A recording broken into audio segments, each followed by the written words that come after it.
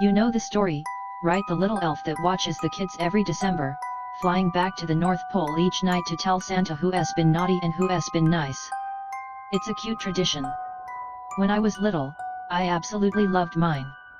I named him Sparkle. But after I grew up, my parents said they put him away in a box in the attic. At least, that's what they said.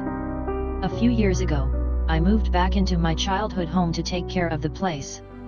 The first Christmas season was tough, but I tried to make it festive. I put up the tree, strung the lights, and then one morning, there he was. Sparkle. Sitting right on the mantelpiece, with that same plastic smile. I figured my mom must have left it out before she passed. A little memory of her. But then it started. It was small at first. I'd wake up, and he'd be somewhere else. Perched on top of the fridge in the kitchen. Sitting on the second step of the stairs. One time, I woke up with a jolt, and he was sitting on my nightstand, just inches from my face. I laughed it off, thinking it was some elaborate prank. Maybe a friend with a key was messing with me. I even called my dad to ask if he'd been by. He hadn't. That's when I started to get a little unsettled. It was just a doll, I told myself. Just a silly little doll. The feeling of being watched started to creep in. I'd be in the living room, and I'd feel this prickle on the back of my neck. I'd turn, and his head would be angled just slightly differently, his painted eyes seemingly following me. I got fed up. I grabbed the doll, marched it out to the backyard, and threw it in the fire pit. I watched the plastic melt and warp, the cheerful red suit turning to black ash. I felt a sense of relief wash over me. It was over. But the next morning, he was back. Right there on the mantelpiece. Not a scratch on him. Same smile, same felt hat. Only this time, something was different. His head was turned directly toward my bedroom door. It wasn't just in my imagination anymore. That night, I heard a faint whisper carried on the draft. It sounded like a child, humming a Christmas carol, but it was wrong. Distorted.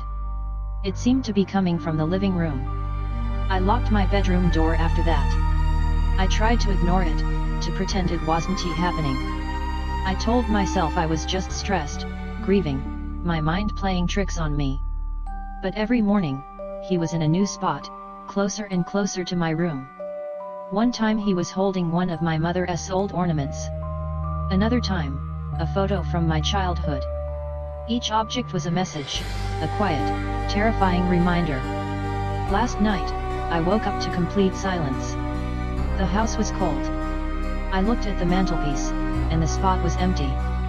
The elf wasn't there. For a second, I thought it was finally over.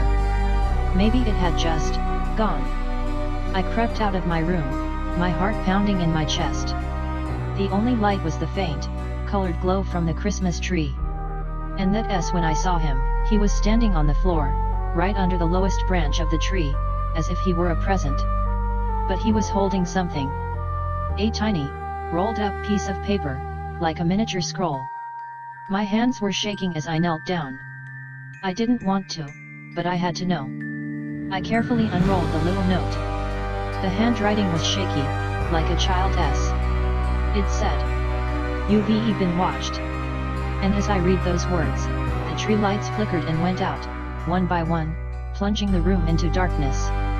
All I could hear was a faint jingle, like a single sleigh bell, and a soft whisper in the dark. "Merry Christmas."